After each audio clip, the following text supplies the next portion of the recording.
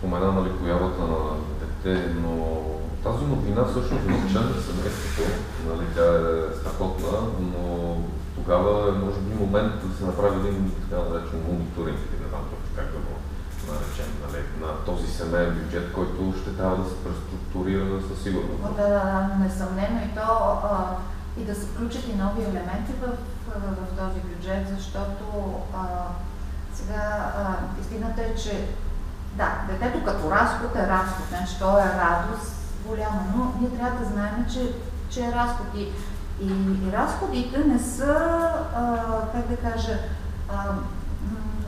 така краткосрочни, как да му купиме първоначално храна, памперси, тия неща. Да, има начин как да се спести. Аз самата го практикувам, няма нужда да се купуват скъпи, да речем, колички или пък дрехи и така нататък. Нали, тече един обмен непрекъснат между родители, но не това е въпроса. Когато станем родители, ние е добре да се смислим доста по-дългосрочно за това как да осигурим образованието на това. Дори толкова да вече трябва. Да. Ами, знаете ли, то тогава ще ни излезе по-евтино. Всички знаем за силата на дългосрочното инвестиране. Хубаво, то се появи един наследник, значи най-вероятно ще му трябва пари там да учи в университет и така нататък след 18 години. Ами, може да се започне да се заделя малка сума в подходящ инвестиционен инструмент. Нали, най-често са хората, които нямат пристрастие, знания, умения да се занимават с търговия, с инструменти, финансови, взаимен фонд с подходящо ниво на риск. И дългосрочното инвестиране до голяма степен предпазва от тези тежките рисковете, свързани с инвестирането, с няма. То като погледнете, нали, примерно индексът на големите индекси, сега да ни казват, как вървят така, така с линията. Истината е, че в един по-дългосрочен период няма начин тя да бъде надолу. Така че не е толкова рисково и това, нали, да се направи, но мисълта ми е, че е добре да се започне да се мисли за бъдещето, защото говорим за деца, но той не е направление, за детето общо като се роди и много мои приятели, аз правя включително това. Все пак казваме малко суми. Нека някакъв пример да кажем, че сега се уважава новината, ще имаме дете след 9 месеца и какви... Нека да дадем някакъв пример. Според теб, това е една адекватна минимална сума, с която да се започва да се все пак да се отделя за този пример фонд образование. Ами то, честно казвам, може и с 50, може и с 100 лева. Дори с тези суми? Да, защото сега в момента на пазара има възможности да така наречените спестовни инвестиционни планове предлагат се от много финансови компании и всъщност те дават именно тази възможност с малки суми, както в тотото, но редовно. И то ти се натрупва. Сега, разбира се, има, това е свързано и с разходи, има примерно такси, които са за вход, за изход и така нататък, но в крайна сметка ти инвестираш тези средства и освен това не си изкушен да ги пипаш, защото когато са ти в джоба тук или на лесно достъпно място по дебитна карта или дори на депозит, ти си изкушен да ги дръпнеш. Докато когато инвестираш примерно по-дългосрочно, не знам, психологически е доказано, че хората не ходят да си ги дърпат по инвестиции, е по-лесно да си дръпнат. Когато става дума за детето, нали? Да, и за детето не ги клипат, да. Има, разбира се, аз сега споменавам взаимен фонд, но могат да бъдат и други, има други финансови инструменти, които могат да се използват със същите цели.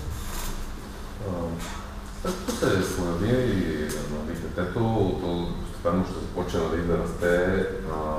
Адекватно ли според теб в един момент то да бъде въвлечено, така да се изразя, в темата за семейните финанси? Този разговор между майката и бащата, според теб, добре ли и на него да започне да му се говори за... Ами то всъщност започва да възприема още от ден на едно, както се казва. И то не го казвам, че родителите още на първия ден му дадат една мъничко такова лаптопче и казват, хайде инвестирай, нали? Въобще не. Защото всъщност Децата как учат? Децата учат не чрез казване, чрез показване. И ако трябва да помогнем на нашето дете да бъде финансово грамотно, ние първо трябва да се ограмотим финансово ние, родителите, защото вярвайте ми, абсолютно никакъв смисъл няма да го казваш на малкото дете, ми сега тук, ето ти касичката, пък ти спестяваш, пък от тези спестявания си купиш това, и ти отиваш в същия този момент и казваш и този телевизор супер много ми харесва, сега ще си го купи. Какъв пример му даваш? Скоро четох една много хубава мисъл точно за твоят пример, че няма смисъл да възпитаваме децата ни, те така или иначе ще правят това, което правим ние, нещо подобно. Та дори нали, ако то чува послание като парите са нещо, нали, мръсно, да речем, или това богаташите са долни хора, или нещо в този смисъл, то какво създаваме в главата? Ние го моделираме и за неуспех по този начин. Така че всъщност, ако искаме да създадем такива умения в нашото дете, то първо трябва да започнем със себе си. И оттам, постепенно трябва да го въвличаме, защото ако, примерно, то чуе и вижда, че майка му, баща му редовно, примерно, преглеждат бюджета, нещо си говорят, то след време ще поиска да участва в тази дейност, то ще е неясно. Интересно какво правят мами, като седнат там. Така, или ще отиде, отива и пазарува майка му в магазина, пазарува по списък, понякога детето казва, аз искам или какво си, може да му каже спокойно, но този път не е в бюджета ми, не е в списъка, ще го планираме за следващия път. По този начин изграждаме едно по-спокойно и по-нормално отношение към парите, иначе може да се започне. Това са манички също става. Аз, чакам казвам, експериментирам върху моя син и 7 годишен и сега аз всъщност много вярвам, че децата, поне нашите деца и около мене, всички вярват, че някакси парите са някакво неограничено количество и то идва от банкомата, от майка и баща. И въобще не свързват тия пари с това, че нещо се работи за тях и така викам добре. Ти ще видиш сега първо как се изкарват пари и след това как ще се харчат, защото истината е, че тази концепция, като една монетка е зигора, всъщност въпросът за парите има две страни. Едната е умението да генерираш доход, да изкарваш пари, а другата обаче страна е как ги харчиш тия пари, как управляваш тия пари. И едното без другото на практика не може. Да казвам на моя син, добре сега ти ще ми паднеш. И започваш да работиш за твоите джоби. Има списък с работи, работа, която трябва да свърши. Сега те са съобразени с възрастта му, типа помагам ни да пренасяме леки пазарски покупки и така нататък. Но всъщност се създава усещането и разбирането, че първо никой не ти е длъжен. Той е нахранен, облечен, но ако иска вече минава извън границите на исканията, ето, изкарвам си пари да си купува каквото си иска. И мога да ви уверя, че и по-малки деца всъщност се чувстват супер горди, че те лично са изкарали тези пари. Истината е, че като са малки, сега те няма как да правят много дългосрочни планове, като са 3, 4, 5 годишни. Всъщност те като ги вземат и веднага искат да ги изхарчат, което е окей. И другото е, за да, което правя аз всъщност, защото те учат и те са много визуални децата. И затова аз му давам, да речем, ако имам по-големи волевки, нещо такова, в един буркан и той колко много пари си. Мисъл, удоволствието от това, че има някакъв резултат от труда му, което може да отиде само да си купи, това е окей, така се започва. Абсолютно, това нещо се създаде и самочувствие още по-голямо. Да, аз ви разказах тази история, как всъщност това го стимулира, вече да се чуди първоначално предприемачески умения от типа, сега как да изкара малко повече пари и когато беше решил да отваря вратата, да изсъбува обувките и всички тези дейности да не донесе пантофите. И аз, чудейки се какво става с това дете, защо толкова така странни дейности прави, то е просто защото така е решил, че може да спечели някаква лекция, която му трябваше. Да така тук дори ще си позволя един пример. Да дам единията на един от партньорите ми, който на 2-годишната си дъщеричка сядат заедно и пишат списък за пазаруване и той дори ни сподели, започва предаването, че дъщеричката му вече самичка сяда и започва да си казва мляко и си пише. И си пише, да. Няма лошо, това е много хубаво и така и трябва да се почне, в смисъл, то даже да се направи на игра, да е забавно за детето, окей. Разбира се, другото е, пак съобразно с възрастта, нека да ги оставяме да вземат сами решения, както и да търпят последиците от някои неправилни свои решения, защото ако ние много ги закрилиме сега, хубаво ние ще ги закрилиме и след това на 18 години или там на 19 те излизат, там няма кой да ти издържа. По-добре контролирано да си бъркал докато си малък и след това вече да търпиш последиците. Съвсем така, да не бъда голословен пример, определен ти е някакъв бюджет, аз пак съм го практикувала, нали? Определен там някаква сума за игри в тия електроните, където шумят страшно много. И аз лично обичам да ходя, но както и да там, нали, има там бюджет 10 лева за 5 игри. И предупреждавам, не ги изхарчвай всичките, или там какво беше, не си спомня, защото това са ти парите. Да, ама не. За 5 минути се даде на една игра и след това обаче няма за друга. Може ли да му дам още 2 лева? Може. Мислех ли да му дам? Мислех. Ама си казах, хайде да си понесеш последиците. До тук. Да. Той ги има, това са пари. И да, не му стана приятно, но мога да ви със сигурност твърдя, че имаше резултат, защото следващия път подходи по по-различен начин. Също един пример ще споделя с една моя племеница. Едно лято седях и си четях една книга и тя ме пита какво четеш. Си казах, седни до мен и започнахме да си... аз четях, тя четеше и тя ме питаше това какво е темата. Темата на книгата беше свързана с управление на лични финанси.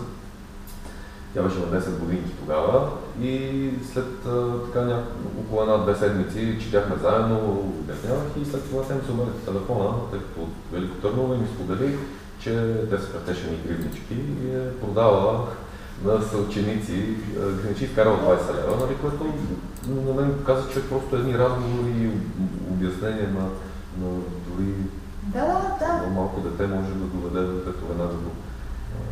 Ами всъщност, то така се почва и така се прави и лека по лека. Сега аз не казвам, че още докато са малки трябва да ги засипаме с купища много тежка информация. Не е необходимо.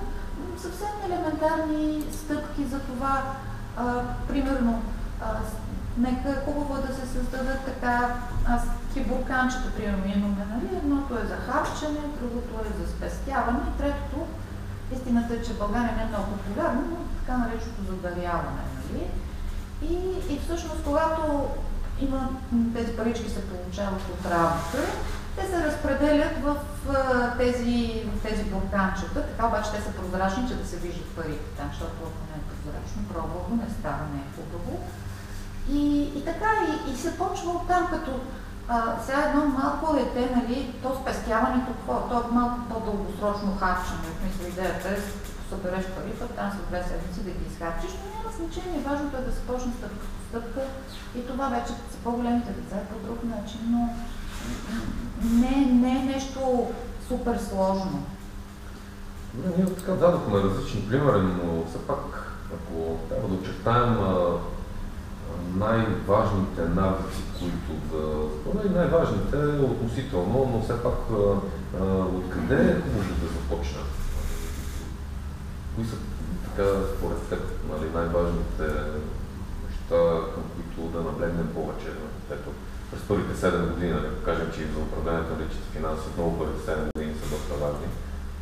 Ами те са важни, защото то тогава се формира и цялостното отношение. Сега, ако детето не казва благодаря, очевидно и родители не го научат на това. То същата работа и с финансите. Но тогава могат да се формират навиците и разбирането за това, че първо парите, казват, не падат от небето. Значи те идват благодарение на някакъв труд, който си положи. И това е едно качество, което е много важно да се развие, защото дори и в бъдеще, дори и богатите хора, които се говорят сега, инвестиции от пасивен доход и така нататък, да ти да стигнеш до този момент и трябва да си работил, много да си учил, много да си чел постоянно, да те интересува, тогава вече можеш да постигнеш това ниво. Така че работата и желанието да се развиваше на първо място. На второ място е, да се научи, той ние трябва да се научиме. Спестяването не е нищо друго, ами да се научиш да отлагаш удоволствието. Тоест да не потребяваш на момента, непосредствено отложено потребление на тези термини, просто да успее детето да разбере, че когато заделяш една сума, то ти ще бъдеш възнаграден в бъдеще с нещо, което много желаеш, много харесваш. На момента, желаеш много на момента, но можеш да изчакаш и тогава вече ще получиш наистина нещо по-голямо, по-хубаво и така. Може да го пишем като незаслужено потребление, наскоро един от нашите гости, така го описам, незаслужено потребление, за кредита специално, че е незаслужено потребление. Да, то на практика е така, може и така да се каже. Да всъщност ние ако успеем тия две неща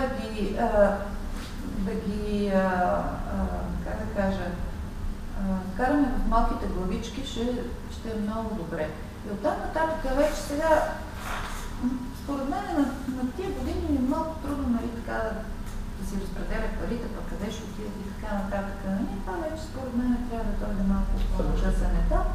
Но тези две неща са много важни. Аз не напразно казвам, повдигам въпроса за отложеното потребление, и способността да отлагаш удоволствието, защото наскоро четох за едно изследване, което са правили в някои от университета, значи Кембридж или Оксфорд, не знам.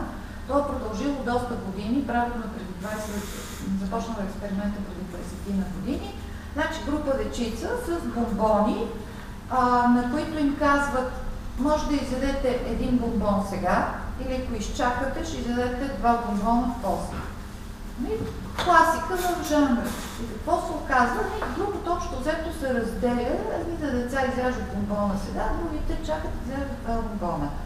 Но експериментът не е спрял до там, а проследява развитието на тези деца и се оказва процентно, че тези, които са отложили потреблението на тази крехка възраст, всъщност са по-успешни, са се реализирали по-добре.